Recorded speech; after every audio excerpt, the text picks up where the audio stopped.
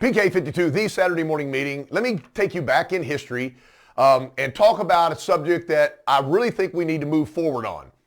So I started selling Toyotas in the 1980s. I know that was a long time ago. At the end of the 1980s, Toyota had the walk-around championship. Some of you have heard about it before. You would start at your dealership level, you win your dealership, then you'd go to your district. Then the regional and the regional champ would be sent to California to compete against the regional champs around the United States. It evolved from a walk-around championship to a car championship and a truck championship because it seemed like during the late 80s and through the 90s that Toyota was completely focused on product knowledge.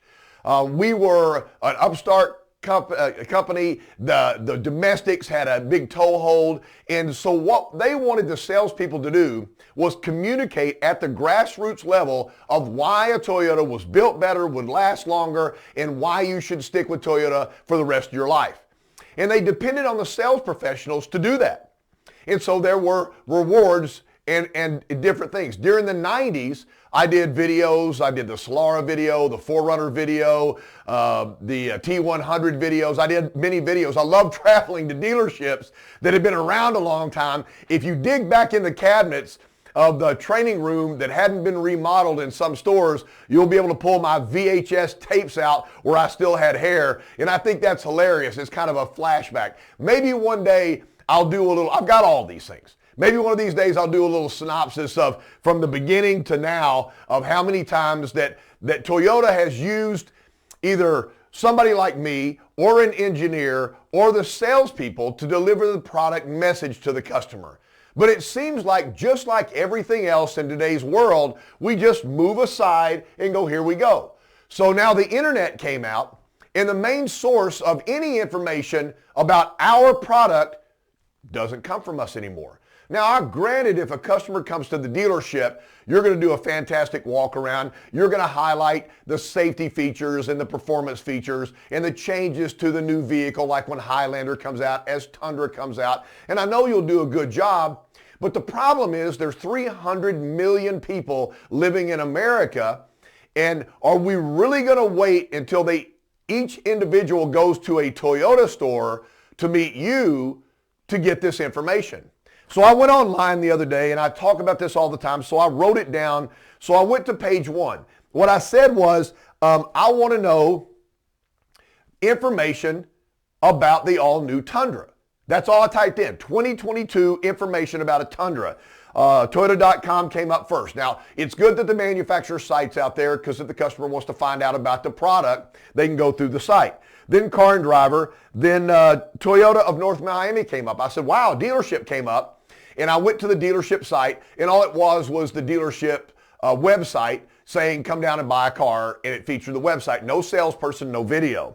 Then the next thing was Car Connection, and then CNET, and then Toyota Cedar Park came up. Iowa store, great dealership. Again, it was a website page inviting somebody to look at their web page, which is already on the internet. That was page 1. I went to page 2, Cars.com, then Top Speed, then Fox News, then Moto Authority, then Edmunds, then KBB.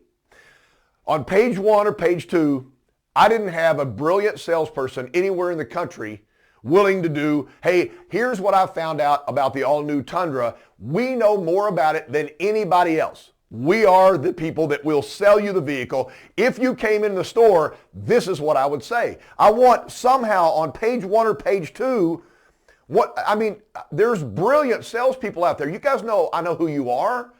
You're selling 30 to 50 Toyotas a month. There's nobody that knows more about the product than you. There's no way that somebody from Top Speed knows more about the Toyota product than you. Let me give you a little background. So I got so fortunate in 2012. I met Wally Palin. Wally Palin was the chief engineer for the all-new, redesigned, completely revitalized 2012 Camry. I got to travel with him. I did a dealer drive-away in the San Francisco region. I spoke on stage with him at the national dealer meeting to all the field travelers. And what we were doing was we were pushing the new product and the new technology, which was ramped up like you'd never seen before in 2012. So I was so overwhelmed with meeting Wally, and this is a story on me, that when I produced another car for my father, when it finally get my dad to get out of his Tundra, I put him in a 2012 XLE V6. Within a 6-month window of that, I also put my mother in a 2012 XLE V6. Dad had silver, mom had white. Mom has her car. She's still alive, 89 years old. My dad's passed away 7 years ago, and I passed his car on to my oldest boy and his family, and they're still driving that car. What a car. But Wally Palin, I got to meet the engineer. Well, right over here on my monitor right here is Mike Swears. Gang, I've never got to do anything with Mike Swears. I've never got to be in a room to listen to him talk about, the foundations of our truck, but he's our chief truck engineer. So I can go to YouTube. This is the easiest way to find out about the new Tundra. I can go to YouTube and I can put Mike Swears in. S-W-E-E-R-S, Swears. Our engineer has broken this truck down to the bolt. He's taken trucks that had over 300,000 miles and taken them back to Ann Arbor. They've stripped these trucks down, and they've looked at wear of these trucks with 1 million miles on them. He bought a 1 million-mile truck from somebody. They stripped it down, and they looked at it. It's called Tundra Deconstructed. It's probably still out there. It's a 3-part series. This truck was driven on a ranch. It was very rarely ever driven on asphalt. It was beat up, 1 million miles on it, and they took it completely apart down to every bolt and said, this thing looks like a new truck. This is the legacy of Toyota trucks. If we have a legacy, it's Toyota trucks. I know the Camry's great. I know the 4Runner and Highlander's great. But we started out, when I first started selling, the Toyota truck was bulletproof, and it still is. So you can go and you can look at Michael Swears. He's broken it down. Why did we use the frame? Why did we change the frame? Why did we change suspension? Why are there multiple grades of suspension? Why are there different bed lengths? Why did we go to a twin turbo V6? I've never ever seen this before. I'm not looking at Motor Trend. I'm not looking at Car and Driver. I'm not trying to go online to any of these sources because I can go right to the engineer. I'm going to quote the engineer.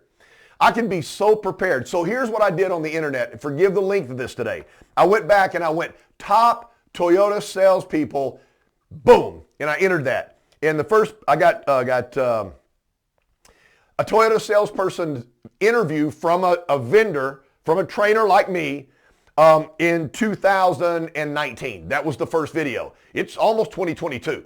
So the first video came up, if I was looking for the best Toyota salesperson in the nation, was a video interview of a salesperson after a training class in 2019. Joe Girard's name was brought up. That was the 1960s. He sold a lot of cars. That was the 1960s. I don't talk about how many cars I sold in the 1980s because it's irrelevant in 2021. And then the other salespeople that were on there, there was one from 2019 and 2018. It's 2021. Where are you? You're the most brilliant and gifted salespeople I've ever seen. You stuck in your dealership and put yourself at risk during the COVID-19 outbreak. You greeted customers. You took your health at risk. You stayed there and sold. There's never been a better group of salespeople than you. But I don't want to find out about the new Tundra or the all-new Corolla Cross from Motor Trend. I don't care what Motor Trend says. How many people still read Motor Trend? You're the person I want to learn it from. So, it's funny. So Mike Swears is a great source. Here's what I would do. This is a suggestion. There is a lot of configurations on the new 2022 Tundra. Most customers will buy the highest level. Whether they're going to drive it back and forth to just drop their kids off at school, they're going to want the hybrid and they're going to want everything on it. So about a week ago, I launched a video. I pressed the video that I got that had every single configuration from 2-wheel to 4-wheel drive to bed lengths for the twin turbo V6 and exactly what the pricing is on every one. So we already know the pricing.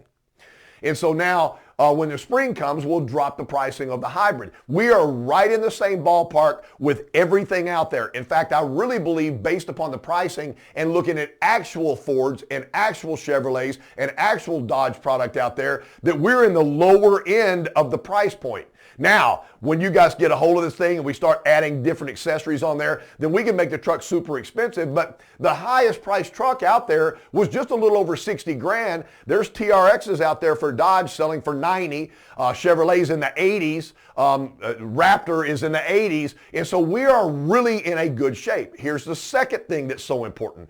I want to know so much about the 2022 Tundra when I get that one customer on the phone or digital and they're going, I would never buy a V6. That was stupid for Toyota to do. Then I want to make sure that I reach out and I grab every single certified V8 truck that I can hold on my lot, because it's going to be a split, and it's going to be a split with everybody. The same thing happened to Ford when they came out with a turbo. Now they still offered a V8. We are not offering a V8. So it's going to be real interesting in the first year of the launch of the Tundra, how many people are going to move away from the V6 and go back and try to, and we're going to get some great product. I mean, somebody just bought a 5.7 a year ago. If they get an opportunity to move in this 2022, they're coming in. So now you've got, 10, 11, 15,000 mile 5.7 Tundras on your certified lot. It's going to be a good time.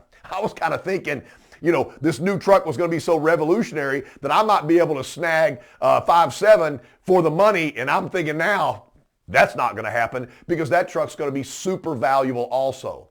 So my recommendation is grab 5 to 10 unbelievable new points on the 2022 Tundra that weren't available on the last generation, and write those down and get online and do a video. Hey, I'm KC. I'm a month ahead of the 2022 Tundra launch. I'm an insider.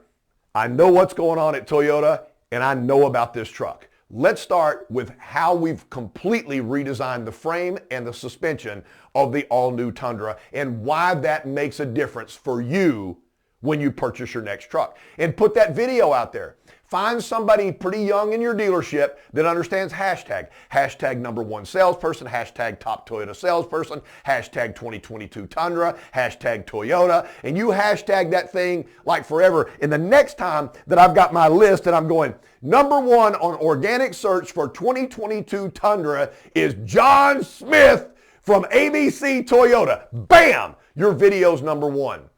Let me go back and recap what I'm saying. Initially in the 80s and the 90s and the early 2000s, Toyota depended on the salespeople to be the product gurus, to go to auto shows. Before they replaced the salespeople with the spokesmodels, the salespeople showed up and we worked the floor. And when the customers came in, we talked to the customers because we were the ones that knew about the product. That's what happened at auto shows. When the customer came to the dealership, we were featuring the salespersons, the presidents of Toyota as we moved up. Featured that. Akio Toyoda came in. 2009, I believe that's when he first became the official president of Toyota. He made it important for the engineers and the salespeople to get together. But what's happened is technology has replaced us, because now we can go to a website done by a third-party blogger and find out all this information. Toyota releases these prototype trucks before the final truck is prototype trucks for all of these third-party bloggers and magazines to go out and drive and then write articles about it so they can put them on the internet. To be honest with you, I wish Toyota on the next product launch would bring in the top 10 salespeople in the whole United States, bring them in, let them drive the prototypes and put them on video and put us in front of the customer, because there is nobody better than a gifted salesperson looking at a customer either digitally with a video or face-to-face saying, you will never, ever buy a better product than what you're looking at right now. Toyota makes the best product for now and the best products for long-term dependability, reliability. PK52, talking about you and opportunity, the Saturday Morning Meeting.